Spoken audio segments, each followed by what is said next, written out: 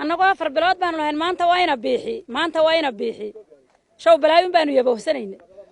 cabdiraxmaan soolteekana markaanu xafiiskiisa ugu tagnay wuxuu dhahay 40 jir baan 40 milyan haysta insha Allah dhakhtar bay kaaga bixi baanu nidhi isagana halkani waa deegaanka Haleeya ee bariga magaalada Hargeysa waxa saaka soo gaadhay saraakiil salsaro oo ka tirsan xisbiyada mucaaradka ah ee u ciidiyo wadani goobtani dadka degan oo hore warbaahinta ula hadlay waxay sheegeen in xukuumadda madaxweyne Biixi ay ku haysato dhulkani oo iyagu leeyihiin haddaba saraakiishani ka socotay xisbiyada mucaaradka ah ee u ciidiyo wadani oo saaka goobtani soo gaadhay waxay ugu horreyn u kuurgaleen oo ay wareysteen dadka deegaanka ugu horreyntiina waxa halkaasi ka hadlay qaar ka mid ah dadka goobtani leh waxayna sheegeen in goobtani mulkiyadooda ay iyagu leeyihiin balse ay xukuumadda Soomaaliland ku haysato Cabdi Waraabe waxa la yiri Cabdi Waraabe ayaa aabihi ninkii dilay u hoyday qori buu qabtay xusii soo dil ninkii aqal buu galiyay habeenkii markuu sooriyay oo aqalkii ku hooyay iyo ninkii islaa soo dil baa loo sheegay ayuu Cabdi Waraabe yiri ninka sida ay sooriyay igu soo dhaweeyay guriga igu soo dhaweeyay dil quuri maayo madaxweyne waxaan ku leenahay meesha waan kugu soo dhaweynay roog baan ku dhignay deegaan iyo dad waan kugu soo dhaweynay waa lagu sooriyay ayaan dar weeye inaad iibsadayaashii iyo xaqlayaashii iyo dhaxlayaashii aad maanta tiraado intaad ciidan ku soo fayliso waan jeexayaa oo ana qaatay oo waan caashaqay meesha ka yeeli mayno mana aqbalayno wax kasta haday dhacaan wax alla wax marayo oo yeelayna ma jiro annagu waxaan nahay dadkayga halkan tuban dadkii deegaanka ahaa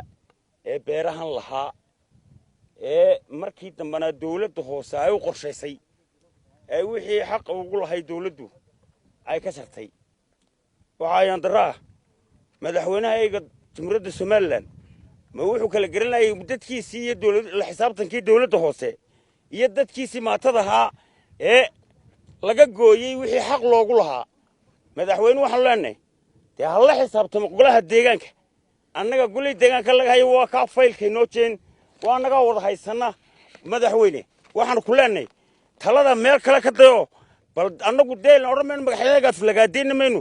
oromeenna waa xasuus sameeyay laakiin cid la xisaabtamaysa taa noqoto golaha deegaanka annagu waxba nalaguma leh waxaana laga qaadayna waa sharci darro mana yeelayno waa taasoo waa la dhisaya waad aragtaan xoog baa lagu dhisaya annaguna taalkayga waanu shaqayn doonaa haddii cashar ugu noo shaqayn waayo inanka deeso donjirahe wax la soo barayeen waxaan ku yiri nusbaloorkaana lahaayee aan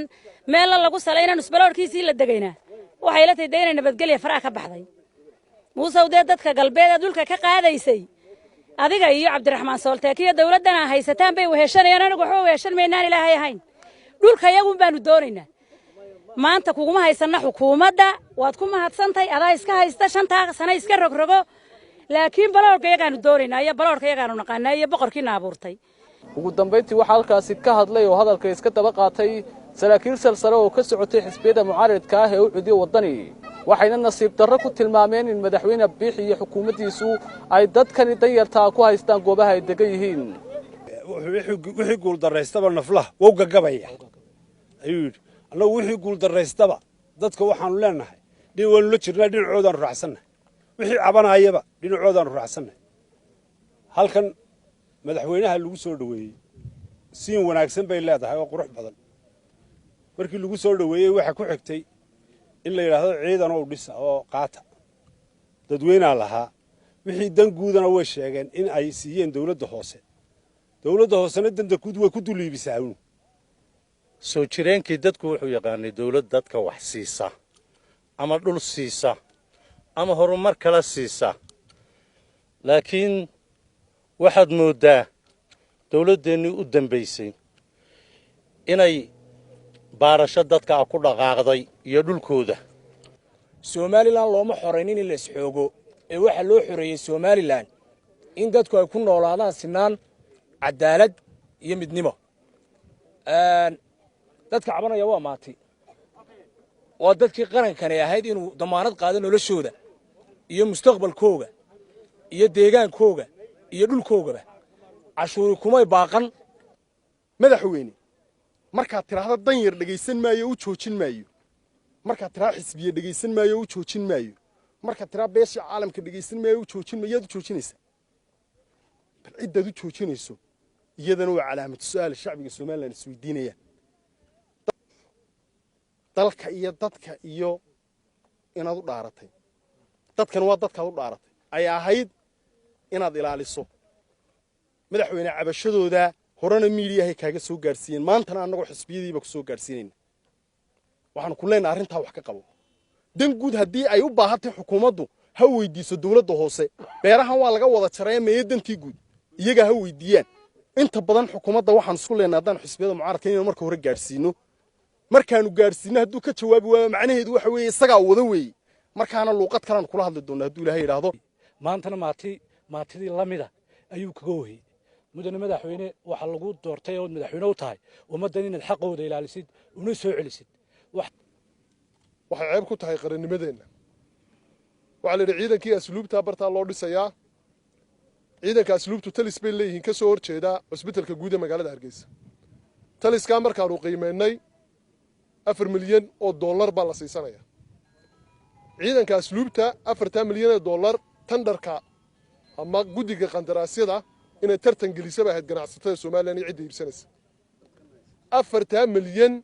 in dhul kale ciidanka loogu iibiyeyba laakiin dadka maatida ilmaha yar oo yeemka bartan in 4 milyanna jeebka heega ay ku dhacdo dadkii masaakiinta bartan loogu yimaado waa mushkil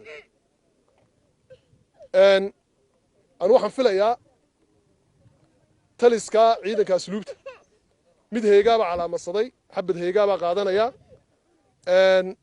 masaakiintana baloodhadoodii baa lagu haystaa waradeer ilaahayna ka xishooda oo ummadda ka xishooda oo ilaahayna ka boqa loo adkaysan inaan ka sultay ka la yidhaahdana arrintiisa si weyn baan uga hadli doonaa insha allah war weyn baanu ka soo saaray isaga shacabka Soomaalilandna waxaanu leenahay awal waxa la odhan jiray nabadgelyada ilaashada imikana beerihiina iyo baloodhadiina ilaashada baan idin leenahay tan iyo inta ay xukuumadda madaxweyne Biixi la wareegtay talada dalka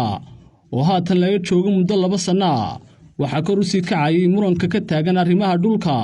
ee u dhaxeeya xukuumadda iyo shacabka Cabdi Jabbaar Maxamed Xuseen telefishinka Ariel